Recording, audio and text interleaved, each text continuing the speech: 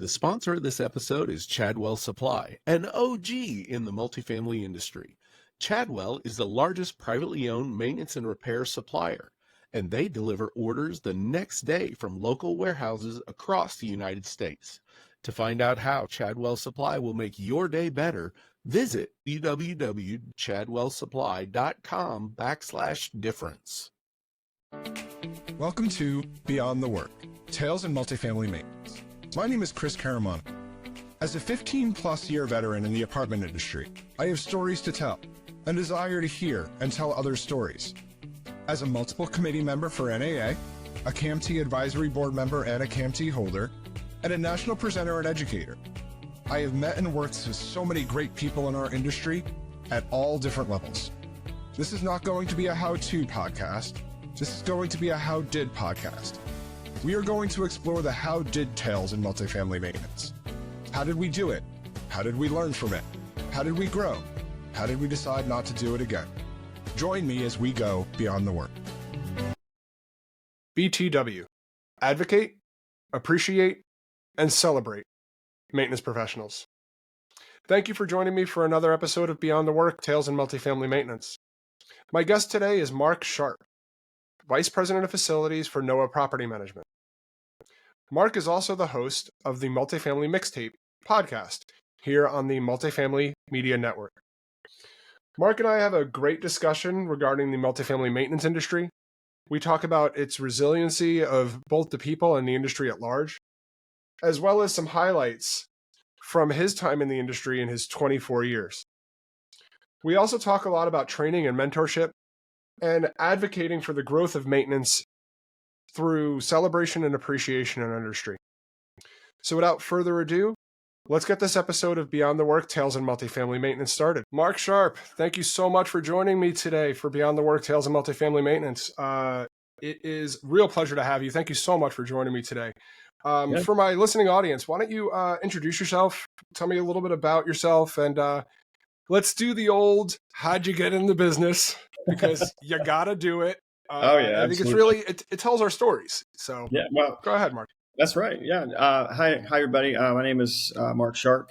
I have been in the multifamily industry 24 plus years now. And I, like a lot of people, I got into this industry by accident. I did not plan this. It just sort of happened. I responded. Well, my brother actually responded to an ad. And he went on an interview and told the people interviewing him, hey, this isn't for me, but I think my brother would fit in really well here. And so, think about that. Like, as an employer, Chris, somebody comes to you and interviews and they say, you know what, this isn't for me, but I got somebody for you. Like, how would you, so he calls me and he says, hey, you need to go talk to these people. And I said, sure. So I went and talked to him, and 24 years later, like I'm still here, and I'm still trying to figure out how in the world I got into this industry and how I can, my little town of Greenville, South Carolina, how I can make any difference whatsoever in the huge multifamily industry that's across our nation. So it's pretty cool. Yeah, I had a reverse experience. I've been trying to get my brothers, for a long time. I got in the industry 15 years ago. I was trying to get my brothers into the industry. One of them is currently industry adjacent. He's a fire alarm technician. So he started off as an electrician, and then he ended up getting into, installing fire alarms. But like for a long time, I was like, hey, this is a good business. Like, come on, you're good with your hands. You're pretty sharp. So I think it's funny that you had a reverse experience where your brother was the one that got you into it, and I'm the brother trying to get been trying to get my siblings into it for a number of years. It really is a fantastic industry. I mean, I've said it before that I feel, this is my opinion, I have no data to back it up, but I feel that this industry is recession proof. I mean, there's always going to be a need. AI can come in and they can change a lot of things. They can help us. They're tools for us. They're not meant to replace, I think, what we do on a daily basis, but there's always going to be a need for people. There's always growth. So I try to, anytime I try to get people into our industry, I always talk to them and tell them, like, this is a recession proof industry. Like, it's not going anywhere. Yeah. And that's how I got into it was, during the economic downturn of 2008, I worked in the entertainment field. I worked commercial Broadway theaters, and who wasn't going to shows during Broadway theater in 2008? Everybody. Yeah. But there's always that. I said the same thing. Is where you and I click on a lot of different levels. Is it's so recession proof, and then you add the extra. Multifamily industry is recession proof. It's housing. People always need apartments. People always need housing. Yeah. Then you add that extra layer that we're privileged enough to work in is facilities and maintenance. That's right. Is there are always going to be physical assets that need to be maintained. So with that comes the maintenance technicians, your cleaners, your porters, your supervisors, directors, VPs, people that have to use their years of experience. And for many of us in other industries, like I said, I worked in commercial for a long time. But yeah, that's one of the many things I like about our business is it's not just recession proof, but people always need to take care of a building. That's right. That's right. AI is never going to do that. No. Despite, some things that I've seen and heard and people try to sell me on a regular basis. It's not going to, AI is not going to plunge the toilet. It's not going to fix your air conditioner. Nope. It's not going to turn an apartment. I wish it would do all those things, but it's just not. That'd be so great. So, Mark, you are the host of the Multifamily Mixtape on the Multifamily Media Network, which we're both part of. And recently, you made a very impassioned plea, and many of us on the network did, from the effects of Hurricane Helene on your area, basically your backyard. So the hurricane was a little over a month ago at this point, from the time that we're recording this, and it's no longer in the news cycle. So, tell our listeners, what's been going on, what you've been doing, what your, fellow association members have been doing, and leaders, to make sure that it stays in the forefront and you're providing the necessary resources for your team members and your residents. Yeah. Thank you for bringing that up, because you're right. And we could almost get into a debate about whether or not it was ever in the news cycle. Yeah. It wasn't. The national news cycle, it was not. I mean, you maybe got a couple seconds of a Hurricane Helene caused some devastation. I'm sure you saw some YouTube videos from locals, like the road is gone, my house is gone, and and you felt sad for those people. But then, you got an ad for the next presidential election and how I'm going to fix it, and and all this stuff. And so we got glimpses, little 15 to 20 second blurbs about the devastation, and it never really got the attention we feel that it deserved. But there was some major devastation caused in North Carolina. Now, I'm in the upstate of South Carolina, so I'm just south of that. I'm about 45 minutes to an hour away from Asheville, Hendersonville, Chimney Rock, Flat Rock, those places up there that are pretty much are no longer in existence. Chimney Rock was just wiped away. Entire storefronts gone. The residents there, their way of life changed forever for a lot of these folk. Like they probably, I hate to say this, but they probably won't be with us when things start to get back to some type of normal. And, I personally, I just kind of took it upon myself to, and the Upper State Apartment Association, we're, affiliates. We share a lot of the same members with Western North Carolina and with AANC, because of North and South Carolina, we're just such a tight knit community. We made the plea for help, and, doing whatever anybody could do, whether it was being able to donate coats, because we're getting into wintertime, and a lot of these people don't have power yet. So, we went into coat drives, we went into canned food drives. We asked people to donate to our GoFundMe that we put up for Western North Carolina. And, Man, oh man, the Multifamily Media Network, they helped, they plugged it, I recorded a commercial. I think all of the hosts have pretty much talked on it, and your listeners, everybody's listeners have really stepped up. And the amount of material that we at the Apartment Association have received over the last several weeks, it's a good problem to have. But now we're trying to figure out, okay, we have all this stuff. How do we get it there? Right. So it's just such overwhelming response. You can't see it and not feel good about it. You can't see how people have responded and not have some glimmer of hope for humanity. And it's due to your listeners, it's due to the other podcast host listeners, but we feel like we have been able to give back to some of those individuals who lost a lot, and at least let them know that we haven't forgotten, and we're going to continue to do everything we can to make sure that people will remember and not forget. And then shortly after Helene, you had Hurricane Milton go through Tampa, Florida, and so I've been talking with a lot of people down in Tampa, just trying to say like, hey, I'm just one person, but what can I do? How can I help? Because I don't want people to forget that as well. So it's just trying to keep it in the forefront of their minds that while yes, they may be across the country from where you're located, you may be completely fine. Hurricanes aren't a thing for you, but because our association, our community is so tight knit, that you feel it. And it's been really cool to see the help that we've gotten from across the country. It's been great. Yeah, it's nice to see how you and the group in North Carolina and South Carolina mobilized. I know plenty of people in that region.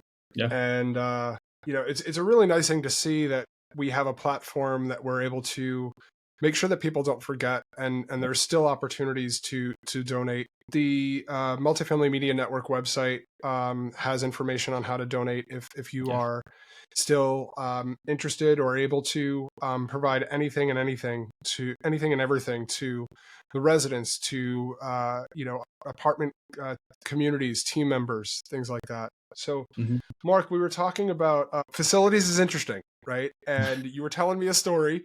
And it's all encompassing, right? We work in a technical business. You were telling me before we got recording about a couple of guys from West Virginia. Talk to me a little bit about that. I think it's an interesting story that should have made the national news, and unfortunately, it didn't, because it is really the kind of thing that people do that you don't even expect. That there is humanity in people. There is good things in people. So share that story with our audience. So there's a YouTube video floating around now, and it starts off with some news clips, and FEMA and local, state, national officials saying that the road between Chimney Rock and Black Mountain was completely gone. It's destroyed. I mean, it's gone. It's no longer there.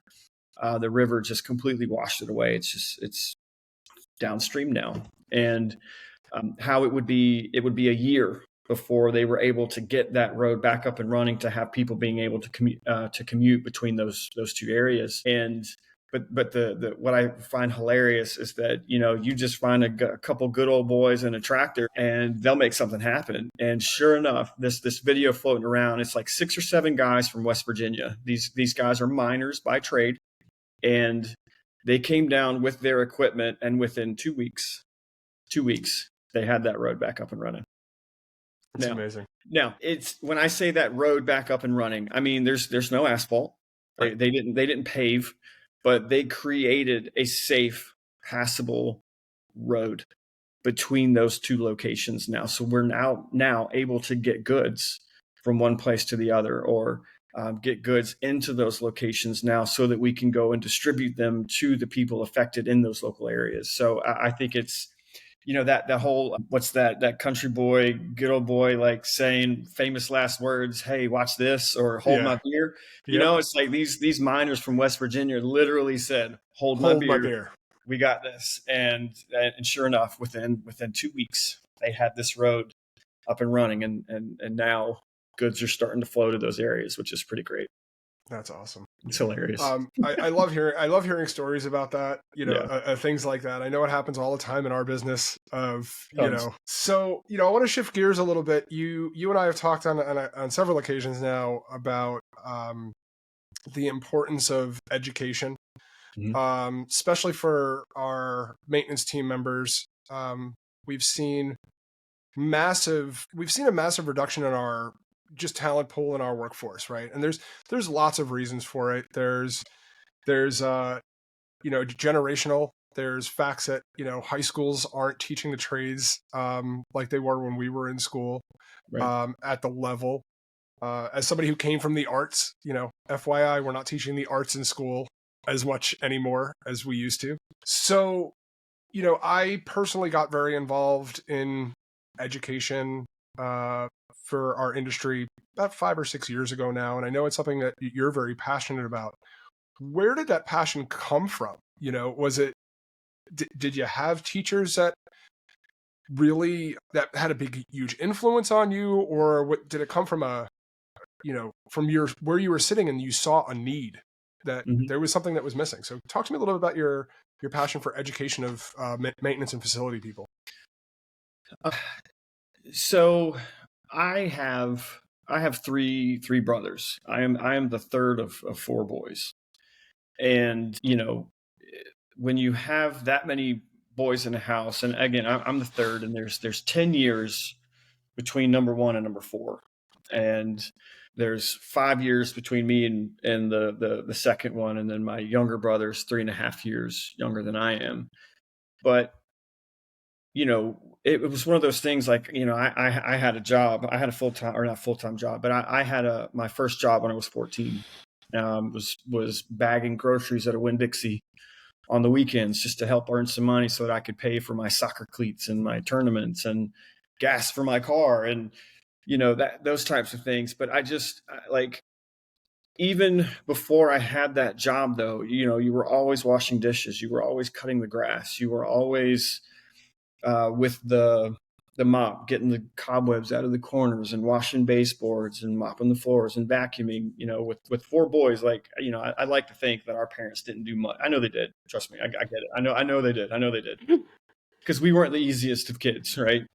There's 4 boys. But it was our job. Our job was to take care of the house, or do whatever we could to take care of the house. So I feel like, just growing up and being competitive about anything and everything, it's like, oh, I can wash dishes faster than you. Watch this, And of course, they're like tricking you, and like, of course, you're doing such a great job washing those. Like, I was the older brother. You're so good. I'm the oldest of 3. Right? Like, oh my god, you showed me how good you were, man. So it became competition, and then as I got, I don't want to say older and smarter. Smarter's debatable, but as I became more experienced, I learned not to waste time. Right? Time is something that you spend that you never get back. So I tried to. When I got into this industry, I was extremely lucky. I lucked into a position with a supervisor who was the trainer for our entire company. Anytime anybody from maintenance was ever hired, they were shipped to this property for 2 weeks to train with Bob Mills. And I got hired as his tech. So most people got him for 2-3 weeks, maybe. I had him for 40 hours a week for 2.5 years. And like he has forgotten more things than I'll ever know. But the things that he instilled, the lessons that he taught me, he let me mess up. And he's like, okay, what'd you learn from that? And it really instilled just a sense of like pride that I was worth investing in. He thought enough of me and my work ethic that I developed at a young age, washing those dishes, right, super fast and being great at it. I still wash dishes, by the way. I have a dishwasher, and I couldn't tell you last time I used it. But anyway, I just he invested in me. And as I started progressing through my career, I started to see the need that, there are no longer trades in schools. Boomers are retiring. They're leaving the workforce. The younger generation, they're not coming into the workforce. They're not replacing those lost jobs.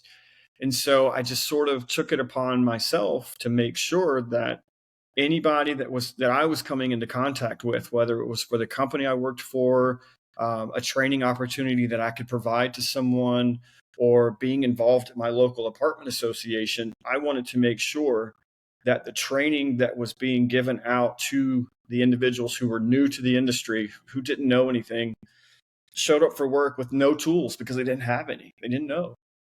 But they at least showed up for work.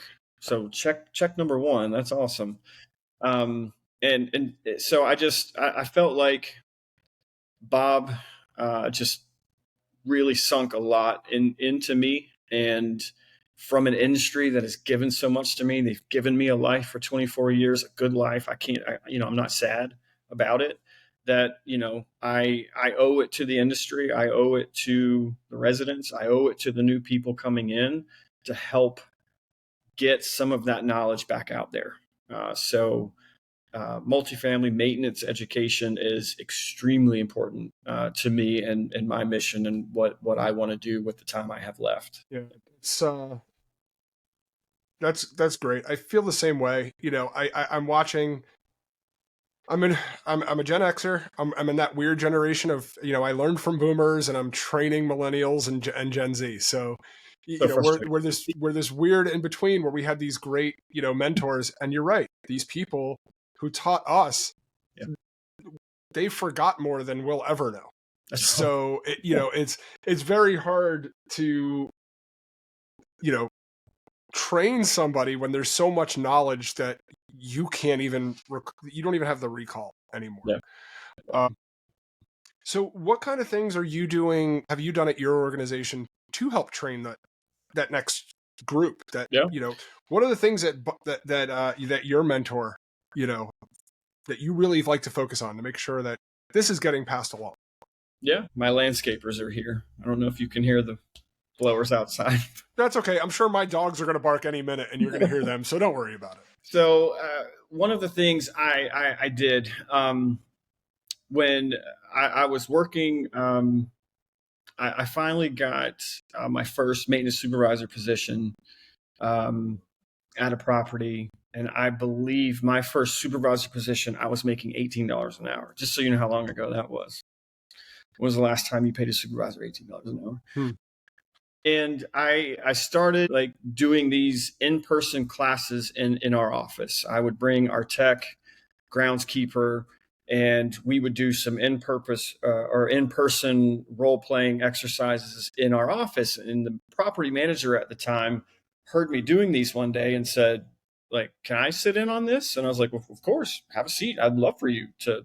A property manager wanting to get involved in maintenance. Are you kidding me? Of course, please have a seat. Right. And so what I didn't know was that she was going back and telling the owners of our company that, hey, this guy is doing something really special here. Let's see what we can do to help him. And so they kind of moved me to a bigger property, a little bit more responsibility, but I had more opportunity to teach.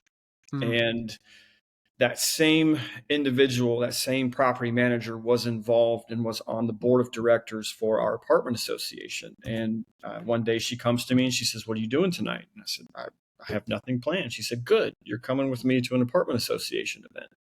And I thought, what is an apartment association event? I have no idea what this is, but sounds fun. You said there's beer. I'm there. Let's go. So I go and I got so used to operating in my little world, my little property. Get up in the morning, go to the same property, see the same people, do the same thing. Get promoted, go to a new property, but it's still the same thing. And it never really crossed my mind that there was an association, 50, 60, 70, 80 other properties where people were doing the exact same thing every single day. And so it really just kind of opened my eyes, first off, to the size of our industry and helped me learn about other people in the industry, other supervisors. Well, what are you doing? How are you so successful? Right. And what can I learn from that? And is there anything I can help you with? And I like fell in love with the association and what they were offering and the education opportunities that came from being a part of an association. And so I decided to get involved in Upper State, and I kind of, I don't say took over, but I got really involved in the maintenance appreciation committee, and eventually I did. I took it over, and for the last 12 years, maybe even longer than that, really, I have been either the chair or co-chair of our maintenance appreciation committee, and we sell out of events now because guys want to come, ladies want to come, maintenance workers across our industry want to come in our association because they want that education.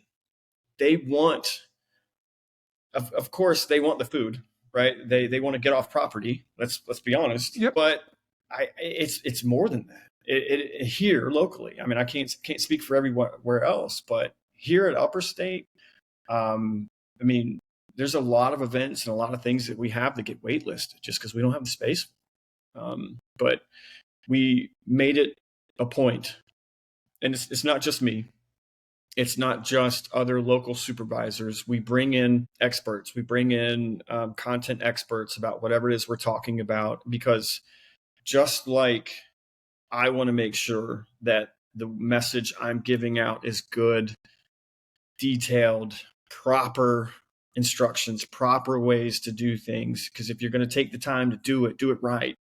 Because again, remember I told you I don't want to waste my time, because that's something you spend that you never get back. So we make sure we reach out to local experts, and people are so willing to just come in and teach, whether it's for 30 minutes, an hour, 2 hours. And our association loves it. Our people just, they enjoy it, and they keep coming back year after year after year after year. And it started off as me sort of guessing, like, okay, well, this is just what I want personally. So if I want it, then I assume everyone else wants it.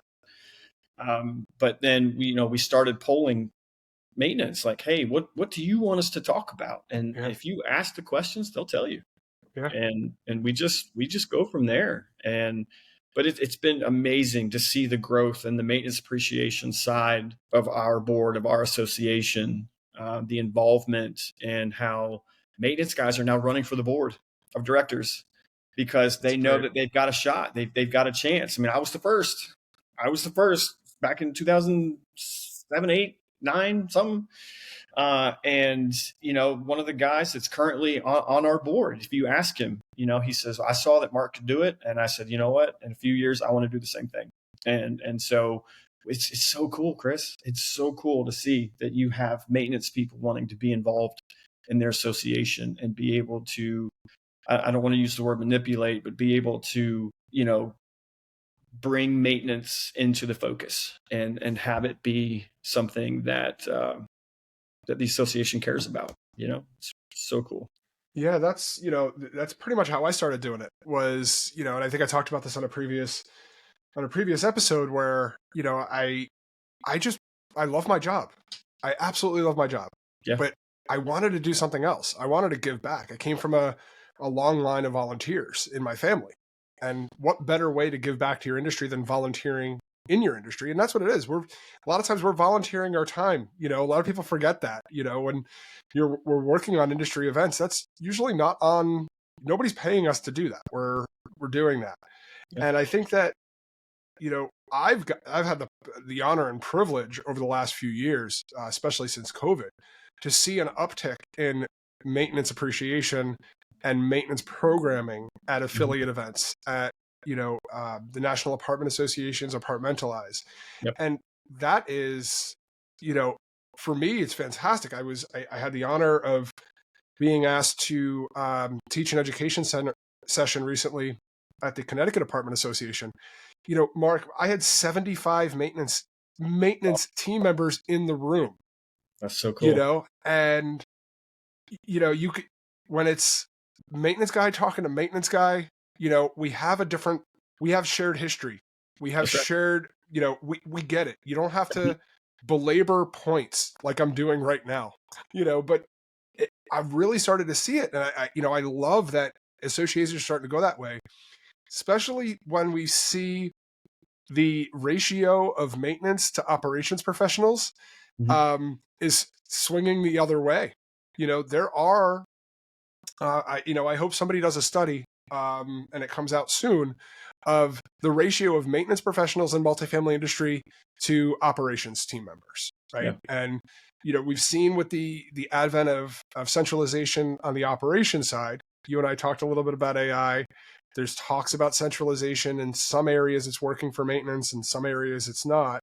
But we're seeing the needle going the other way, where more and more, there are more maintenance professionals in our industry than ever before in comparison to the other side of the table. Yeah. And for folks like, me and you, we're starting to see people come up. I just had one of my regionals came to me and said, you know what? I want to conduct my own training. And I didn't ask him to do it. Not part of his job. He's like, I want to create my own hour-long training on our bid process because it's a skill that our maintenance supervisors need to have. He had that call last week. He planned it with another one of my regionals, and we had 50 people. That's 50 great. Within our organization. And that's just a very small portion of, my portfolio that jumped on the call. We had property managers on the call. They wanted to learn. People want to learn, and we need strong educators. And I will tell you, I knew nothing about presenting. I knew nothing about education when I started doing it. I'll be the first to admit it. But you know what? I sing its praises now because I've learned more from teaching than I ever did being a student. Absolutely. And I think more and more maintenance professionals need to get out of their comfort zone, and whether it's in a small group setting at their local community or with their local company, or even at a larger forum like an association, a 35-minute talk at your local association on something that you are good at and passionate about affects so many people. So I'm a big advocate for that. We're going to take a break right here for a quick commercial break. And then we're going to come back. I'm going to talk a little bit more about this topic because I know it means so much to me. And I know that you have some plans and some desires on what your next step is to get out that maintenance education. So after a quick break from our sponsor, we'll be right back with Mark Sharp. Chadwell Supply is the proud sponsor of the Multifamily Media Network. Chadwell Supply is the largest privately owned MRO supply company and is committed to the multifamily industry. They deliver orders the next day from local warehouses across the United States. Chadwell Supply offers valuable resources such as maintenance training, a dedicated renovations team, and procurement platform assistance, ensuring multifamily properties operate more efficiently. Partnering with Chadwell Supply helps communities stand out in an increasingly competitive market. Learn more at chadwellsupply.com/difference. Mark, so just before our short 30-second break, we were talking about education conferences. What are some of the things that you're hearing maintenance team members are asking for? You said a little earlier that people, just ask them and they'll tell you. What are they asking for? What do our maintenance professionals, what are they asking for? They want to know that their voice is heard. A lot of times it's, hey, we, on a property level, hey, we want to do these things for you. We're going to give you these 3 ideas. But it's like, okay, where did those 3 ideas come from? Because you didn't ask us. Mhm. So one of them's always pizza party, right? Like we love a good pizza party. And one of them might be get to clock out for half a day or whatever it is. And there's something else. But a lot of these guys, they want, and ladies, I keep saying guys, it's just routine. I'm sorry, but a lot of the individuals, they want to just know that they're heard. I had something. My maintenance team was working towards a goal, and I said, "Hey, if you guys hit this goal, I will take you wherever you want to go for lunch. You pick, your choice. I'm not going to give you options. You pick." And of course, they're all sitting there like, "Well, man, it's going to be the most expensive lunch you've ever." I said, "Hey, that's the goal. If you hit this goal, this is what we're doing. You pick." They polled themselves. I didn't ask. I was not a part of the poll, but they polled themselves. And Chris, I swear, I was so disappointed. But they came back. Do you know what CC's Pizza is? No. Do you know what that is? No. Okay. So I don't know if that's a South thing or a Greenville thing. I don't know if it's a chain or not, but it's a pizza buffet. And that's what they picked. That's what they picked. But it was their choice. All right. Let me stare right into the camera and talk to choice. all of my maintenance professionals. Turn your volume up. Stop with the pizza. I have serious problems with pizza. Please. When I ask you, what do you want for lunch? I expect to hear Ruth's Chris. I expect to hear, a full seafood restaurant. I want to buy you oysters. I want to buy you shrimp. I want to buy you a big steak. That's what I mean. And I'm sure that's what Mark meant when he said, whatever you want for lunch, not hoagies from downtown, right? Like, I want to take you out to a nice dinner that may require you to change your outfit. Right. That's what I want. So please, maintenance professionals, when somebody asks you, what do you want for lunch? Don't say pizza. Oh God. I was so disappointed. I was so disappointed, but while we were sitting there, we all got there and going through the line. And of course it's like, we'll take, 17 pizza buffets or whatever.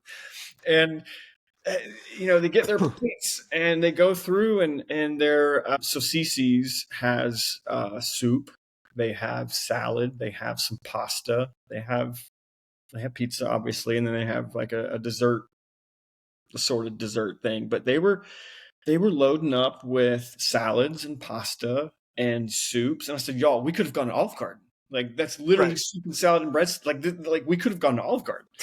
But it's like, oh well, no, but we just thought because we only had an hour for lunch. And I stopped dead and I thought to myself, that's where I screwed up. That's where I messed up. I didn't let them know, like, hey, wherever you want to go for lunch. And if it takes us 2 hours, it takes us 2 hours. If it takes us 3 hours, it takes us 3 hours. Mm-hmm. And while I thought that, I didn't verbalize it. And so I said one thing. I said, whatever you want to do. But I never told them. They put their own time constraint on it. I never. So I asked them what they wanted to do, but I didn't give them all of the directions. I didn't give them all of the information, and that was not on purpose. But I just thought it was hilarious that they picked pizza. But when we polled, a lot of maintenance. They want resources and they want to learn how to manage their work-life balance. Because Chris, you've been in the industry long enough, you know that when your phone rings, a lot of times it's an emergency. Like, I need you to do this and I need it now. I can't tell you the number of times I've called a contractor for a plumbing job and they're like, okay, great. When do you need me? Minutes ago. Because the water main blew and my parking lot's being destroyed. Oh, well, I can't get there until tomorrow. It's like, well, then I'm on to the next. And I'm on to the next. And I'm on to the next until I can get somebody to show up right then and there. So everything in this industry is an emergency, especially on the maintenance side of things. Because something's broken, it's got to be fixed instantly. Because properties care about their Google reviews now. They care about... these things weren't big 20 years ago. What was a review 20 years ago? Who Right. knows? We were still handwriting stuff Right. 20 years ago. But now that the internet what it is, and there's so many algorithms, and there's so many companies that are pulling data and pulling results, and all of these different 5-star, 4-star walk scores, your green score, what's your ENG, Yeah.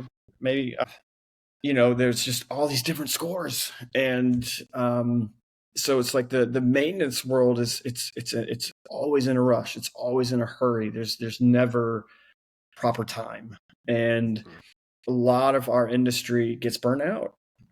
They get burnt because they're going nonstop, and we get a lot of requests for time management and mental health, work-life balance, and just various ways that we can provide, or the association can provide, or companies can provide these various resources to maintenance individuals. That's probably the biggest one that we get right now.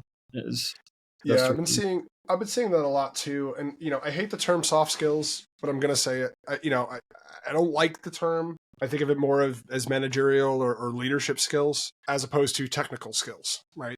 Yeah. So, recently I was talking to that group up in Connecticut and at their association, and I wasn't talking about technical skills. I was talking about soft skills. We were talking about the importance of saving money and budgeting properly, and we were talking about how to really budget turnover and really look at the in-house costs versus vending it out. And I think it was eye-opening for a lot of people in the room is that when you do the math, and it's not difficult math, we're not talking advanced calculus, right?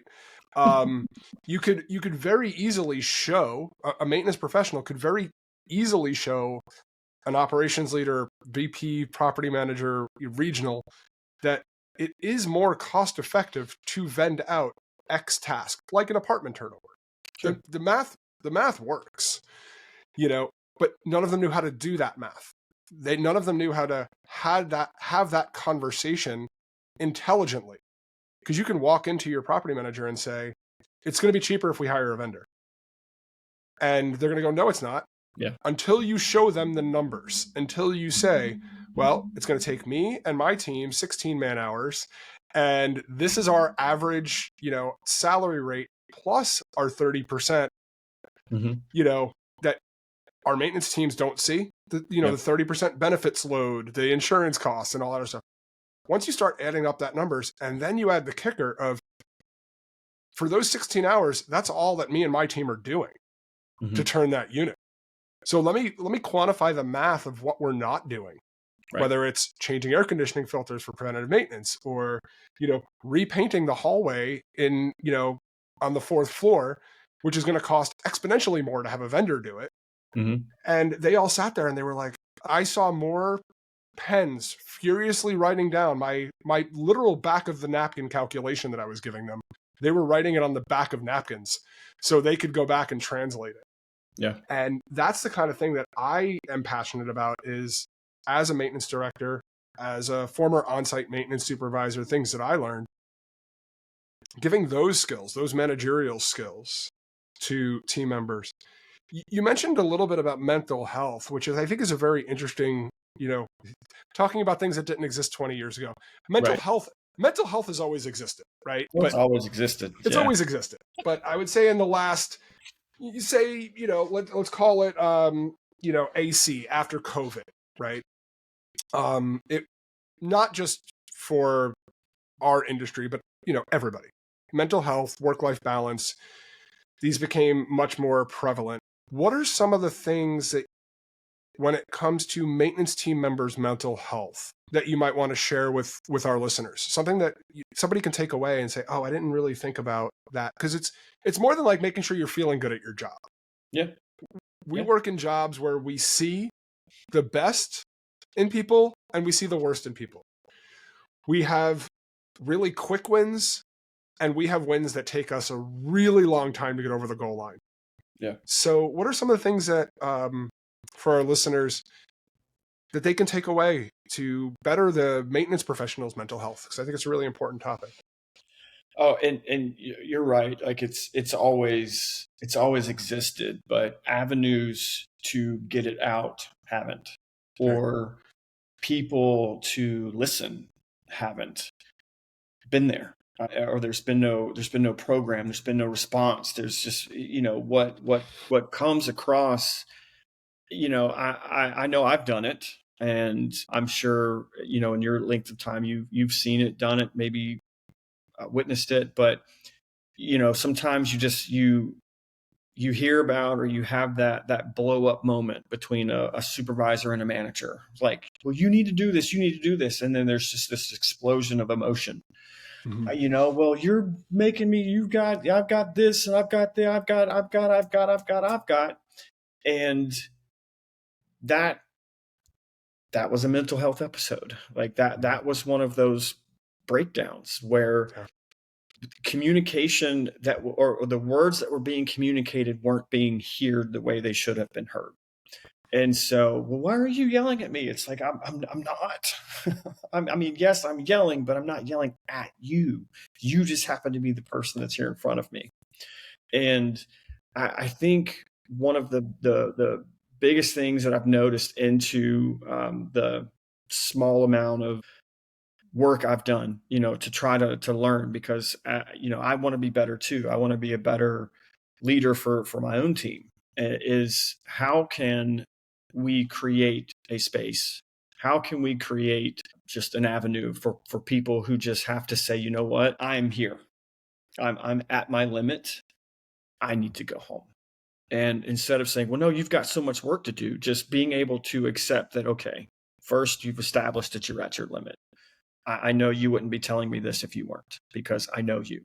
We have a work relationship. I know that you're not trying to take advantage of me or me take advantage of you or our company. So, we need to allow, first, we need to have conversation. We need to say, listen, I am at my wit's end. I am at my limit. I need to have a very serious conversation with you, and I need you to listen, first off. So please turn your phone off, shut your door, whatever. We need to have a conversation.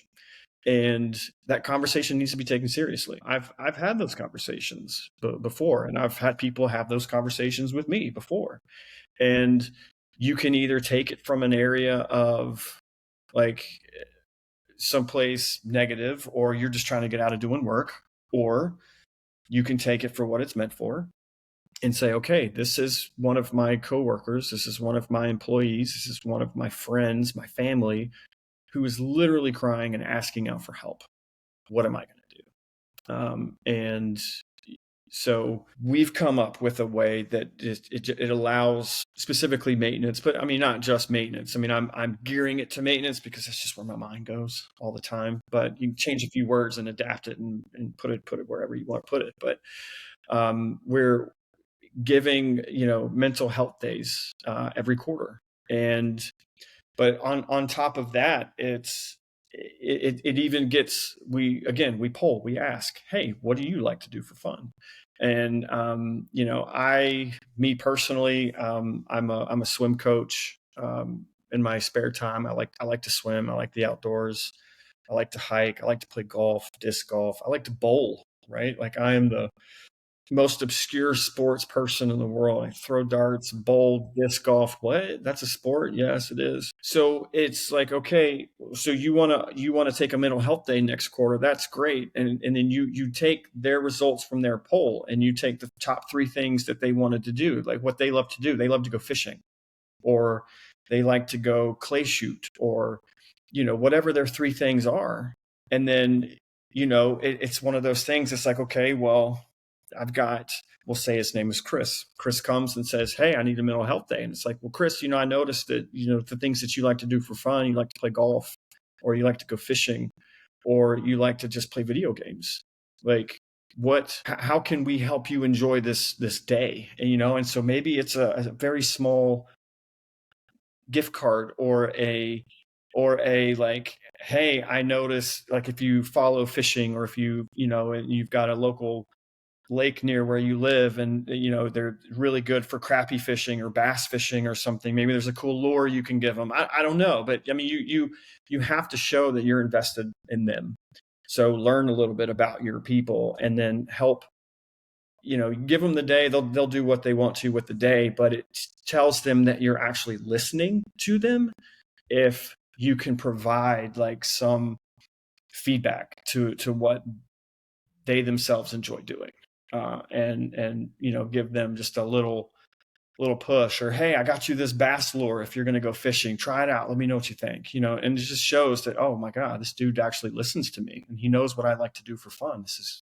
This is great. This is going to be a good day. And then you can follow up with it when they get back. Like, hey, how was your day? What happened? What'd you do? Do you feel better? And just sort of go from there. But it goes so far just listening.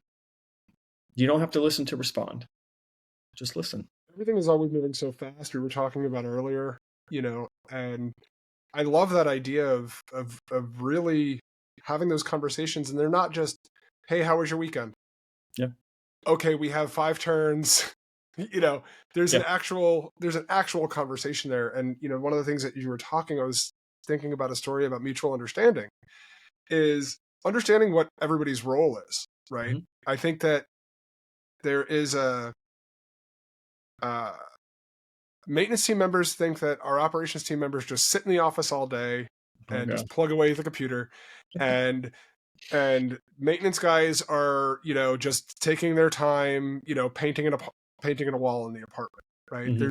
There's a lack of mutual understanding. I know there was a big push probably about 15, 20 years ago. There was like a lot of job sharing going on, but things got busier and people got busier and more things were being done. So kind of job sharing has gone away.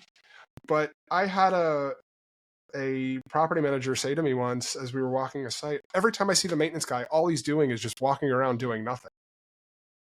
And I took a beat and I let her hear what she said. Mm-hmm. And I said, the reason that very simply put, I looked at her very calmly and said, the reason that you always see him not working is because you're not standing next to him when he's actually working. Yeah. You're seeing him walk from an apartment to the shop. You're seeing him, coming back from the trash bin, right? That's all you've ever seen. You see him when he's not working. Mm-hmm. He only sees you when you are working, because you work in an office behind a desk. So I think it was a gut punch for that property manager a little bit. I think that was, oh, wait a minute. Chris, you're right. I don't see him working. I'm probably never going to see him working unless I'm shadowing him, standing right next to him or her, and doing the work. And we forget about that sometimes. Yeah. Just because you don't see somebody working doesn't mean they're not working. It means you're seeing them in moments where they're not working. There's a huge difference. So I want to shift gears a little bit. As a fellow podcast host, you are the host of the Multifamily Mixtape. For those of my listeners that haven't checked it out, you got to check it out. What was, Mark, tell my audience a little bit about Multifamily Mixtape. What was the onus for it for you? And what are you trying to do with Multifamily Mixtape? So it started kind of random. You had a lot of free time, like a lot of us do, right? So much, right? So much. I just just ooze free time, right? But there was just a random that I woke up in the middle of the night, and the thoughts that were in my head, like I keep a book, on my nightstand, and I have these things occasionally, and it's like, it must be important if it's waking me up. So I'll just write it down. And most times I'm still asleep when I write it down. And so when I wake up the next morning, it's just garbage. It's just junk that makes no sense whatsoever. But I just woke up and I had this idea about a podcast. And I thought, that's weird. I know nothing about podcasts. I don't even listen to podcasts at this time. I was like, I don't even follow a podcast. I don't even know what that is. I know they've been out for a while, but I know nothing about them. So I started to do a little bit of research, and it was shortly after that I was teaching a class at our apartment association. And we always survey the people who attend, like, was your instructor knowledgeable? Did you follow? Was it easy? Was it worth your money, basically? And I got just a ton of great reviews. And so I thought, well, I had this idea for this podcast. Like, what if I tried to, like, with just my need to want to get good quality education and just bring notice to the maintenance industry as a whole. If my local apartment association, if we're able to turn a maintenance appreciation committee over from 4 or 5 people per year to a committee of 35, and selling out education opportunities and sponsorships and really bringing a focus to maintenance here locally, maybe I can take and do that statewide. Maybe I can get some people that might want to hear what I have to say, might want to hear what other people have to say. It's not just my stories, it's other people's stories, like what you're doing. Tales in multifamily maintenance. Like it's not just me. There's a lot of us out there who have really valuable insight that we feel like the multifamily industry needs to hear, because maintenance doesn't get the appreciation that it needs. It doesn't. And I know there's companies out there that do a great job, and I applaud those companies. Like, keep going. Keep it up. Keep it going. up. Do not stop. Keep going. But for those who don't, if I could be a voice, be an advocate for good quality education and just bringing light to the maintenance industry. So that's how Multifamily Mixtape started. Was just to try to get out there and let the maintenance industry know that we hear you, and hopefully help is coming. So that's kind of what I wanted to do. We'll see if it's actually working or not after we give it some time. I mean, I've only been at it, I guess now since August, so it's just been a couple months, but I'm enjoying it. It's a lot of fun. Yeah, it's interesting to hear other people's stories, and yeah, one of the things that I got into when I started this was hearing those other people's stories, and our stories aren't different. Mm-mm. They're really not. It is interesting to see, and I think you could have anybody on a show like yours or a show like mine, and that they have everybody's got a story to tell. And that's really where I started. And, it's been great hearing, some of your maintenance tales today, your multifamily maintenance tales. Where can people catch you next? What is, other than Multifamily Mixtape, do you have anything coming up? Any speaking engagements? Anything going on with your association that you want to share? Yeah. So I'm in the process of applying, for a lot of education. 'Tis the season. Yeah, 'tis the season. And I do know I will be in Houston next year, speaking on designing and implementing training strategies for multifamily maintenance, but also just finished up working on a mental health for maintenance presentation that will be out very soon. Teaching that locally here at Upper State Apartment Association, and just trying to look for more opportunities to get out there. Just taught an A2L class last week. Had 31 people from our local maintenance area show up for that one. That was a lot of fun. It wasn't. I mean, it's my mind hurts just trying to get through that. But no, I mean, people, you can find me at multifamilymixtape.com. There will be a calendar of events up as things get booked. But for the most part, I'm just out there on that daily grind, trying to make the maintenance world a better place. Awesome. Is there anything else as we close out, Mark? Anything else you want to share? Any takeaways? Any pleas to our industry or our maintenance professionals out there? Oh man, my plea would be to just have an open mind and listen. But that goes on both sides. I know I'm an advocate for maintenance, but you had kind of mentioned that in one of your stories about when you were talking to that regional or that property manager, and she said all she ever sees is him walking around. You used to do I call them walk-a-miles, where Yep. you spend a day walking in each other's shoes. Is that it's both sides.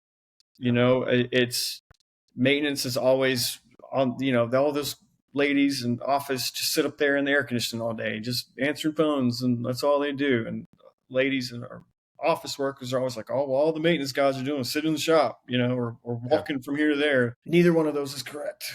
Yeah. None of it's right. Like if you want to know what your maintenance workers are doing, go be a part of it. Don't be afraid. And maintenance workers, if you want to know what their life is like in the office, go be a part of it. Ask. I mean, hey, I'd really like to understand your job better. Could we do a shadowing thing for a couple hours a day just so I can understand? But my plea is that I just wish the industry would be more open-minded about the roles that we all play for our communities, the roles that we all play for our residents. It is not office first maintenance. It never was. It never should be. It's property by property. It's company by company, but it's the multifamily industry serving the people. And that's what it needs to be. That's what it has to be. And one of the things I do is sitting in my role now, because you and I started out very much alike, right? We both started out on site as maintenance supervisors. We worked our way up to, director and VP roles. I over communicate with my team, my maintenance supervisors on the sites. They know what I do. Mm-hmm. They know what my role is. They know what my job is, right? So for a long time, when I was on maintenance supervisor, it was those people in the ivory tower that are always telling me to do stuff. They don't understand, when I got into the role of quote unquote the ivory tower, my tower is not even close to ivory. But when I got into a role that I wanted to make sure I communicated with my team members that this is what my job looks like. You want it, you can have it. Like, please, because we always need, maintenance leaders. So it's not just on a site level for me. I look at it, through a different lens as well.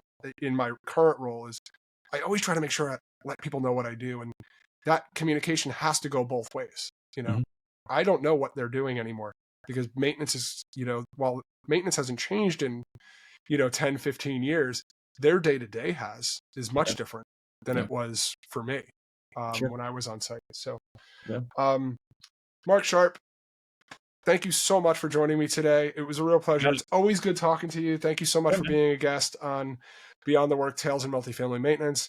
Please subscribe to all of our shows on the Multifamily Media Network, but specifically Mark Sharp's Multifamily Mixtape.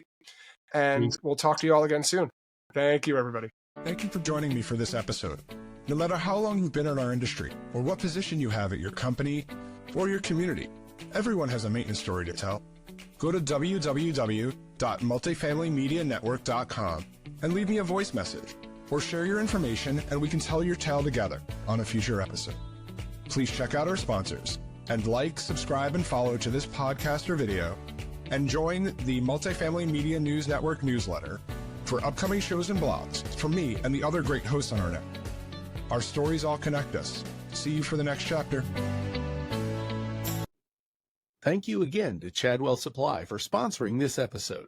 Chadwell Supply delivers unforgettable service with next-day delivery, online and in-person maintenance training, and procurement platform assistance to make ordering simpler. Visit www.chadwellsupply.com/difference to learn how Chadwell Supply will make your day